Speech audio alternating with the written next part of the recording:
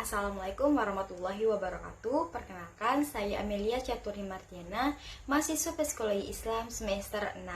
Dan rekan saya Assalamualaikum warahmatullahi wabarakatuh. Perkenalkan, nama saya Deva Mesanda Saputri. Saya merupakan mahasiswi Prodi Psikologi Islam Fakultas Usuluddin Adab dan Dakwah Institut Agama Islam Negeri Pontianak. Saya saat ini berada di semester 6. Di sini saya dan rekan saya Amelia Caturni Martiana akan menjelaskan mengenai tes Pauli. Nah, pada video kali ini kami berdua akan menjelaskan tentang tes Pauli. Dan di sini saya akan menjelaskan tentang sejarah singkat tes Pauli, tujuan dari tes Pauli, dan tes Pauli ini digunakan dalam bidang apa saja. Baiklah, untuk mempersingkat waktu, saya akan menjelaskan tentang sejarah dari tes Pauli ini. Sejarah tes Pauli.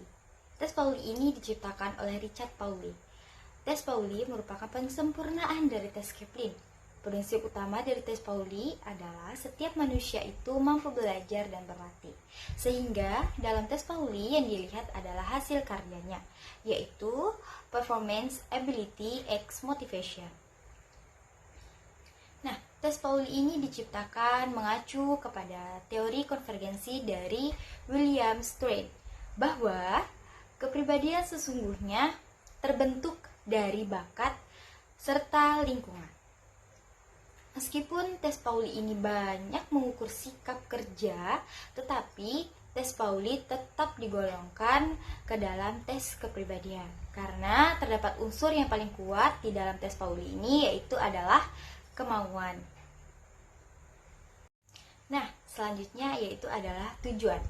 Tujuan dari tes Pauli ini sendiri memiliki tujuan untuk melihat hasil kerja yang dipengaruhi oleh daya tahan, ketekunan, dan kelitian dari setiap individunya. Dan pada dasarnya tes Pauli ini digunakan dalam bidang psikologi, yaitu tes Pauli ini digunakan dalam bidang banyak digunakan dalam bidang industri dan digunakan untuk kepentingan berupa seleksi, mutasi, dan bidang kerja dan serta kenaikan jabatan. Saya, Deva Mesanda Saputri, akan melanjutkan penjelasan dari rekan saya. Pada kesempatan kali ini, saya akan menjelaskan mengenai jenis alat tes, waktu pelaksanaan, serta administrasi dan peralatan alat tes yang digunakan. Baiklah, yang pertama yaitu jenis alat tes. Jenis alat tes merupakan tes tertulis karena disediakan lembar jawaban berupa pensil dan alat tulis lainnya yang disediakan di atas meja yang rata dan tersusun rapi. Serta dalam pengerjaan tes ini kita harus cepat dan tepat. Selanjutnya yaitu mengenai waktu pelaksanaan. Untuk waktu yang dibutuhkan dalam melaksanakan tes Pauli ini adalah selama 60 menit, yaitu dengan kurun waktu per 3 menit. Jadi total semuanya ada 20 kurun waktu.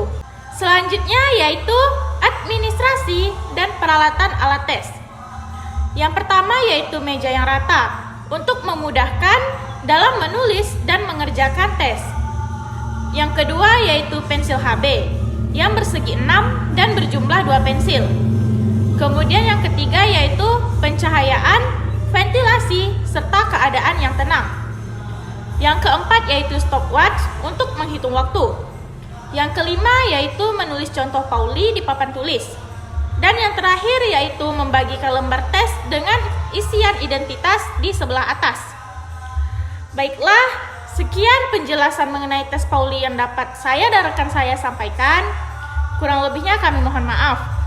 Selanjutnya kami akan menampilkan sebuah video yaitu instruksi dan praktek pelaksanaan alat tes Pauli. Selamat menonton. Assalamualaikum warahmatullahi wabarakatuh. Waalaikumsalam warahmatullahi wabarakatuh. Selamat pagi, salam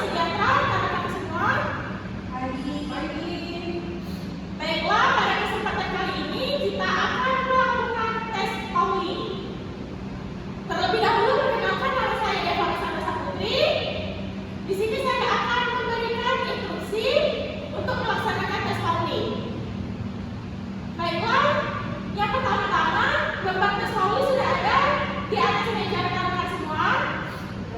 Jadi, yang pertama-tama terlebih dahulu rekan-rekan mengisi biodata yang terletak di bagian atas kertas dengan menggunakan alat tulis yang ada. Di bagian nomornya silakan diisi nomor di meja rekan masing-masing ya.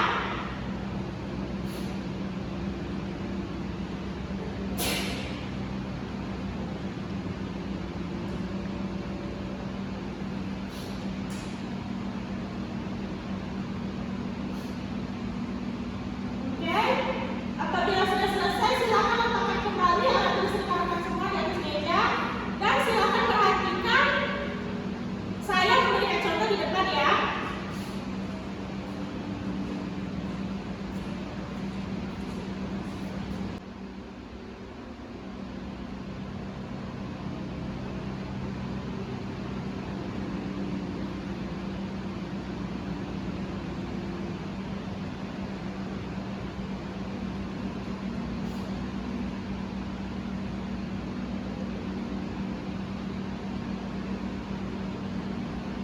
Apakah jelas terlihat rekan-rekan semua? Jelas. Baiklah, pada tes Pauli ini tugas rekan-rekan adalah menjumlahkan dari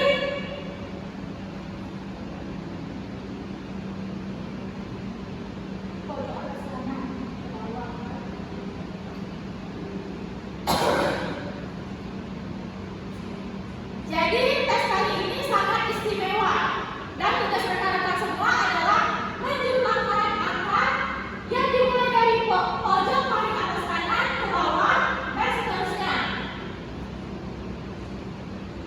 Sebagai contoh, pertama yaitu 2 dibagi 3 sama dengan 5. Nah, jawaban itu disimpan di antara angka yang dijumlahkan. Seperti ini. Apakah bisa dimengerti? Bisa. Baiklah, kita lanjut ya. 3 tambah 4 7. 4 tambah 2 6. 2 tambah 2 4. Nah, 4 tambah 7 11. Nah, akhirnya kita bertemu dengan angka puluhan, yaitu 11. Nah, di tes Pauli ini apabila jawabannya angka puluhan, maka yang ditulis satuannya saja. Jadi apabila jawabannya 11, maka yang ditulis hanya angka 1 saja. Seperti ini. Apakah bisa dimengerti? Bisa, Bu. Baiklah, kita lanjut. 7 tambah 8 15. 15 berarti yang ditulis 5 saja. 8 tambah 4 12. 12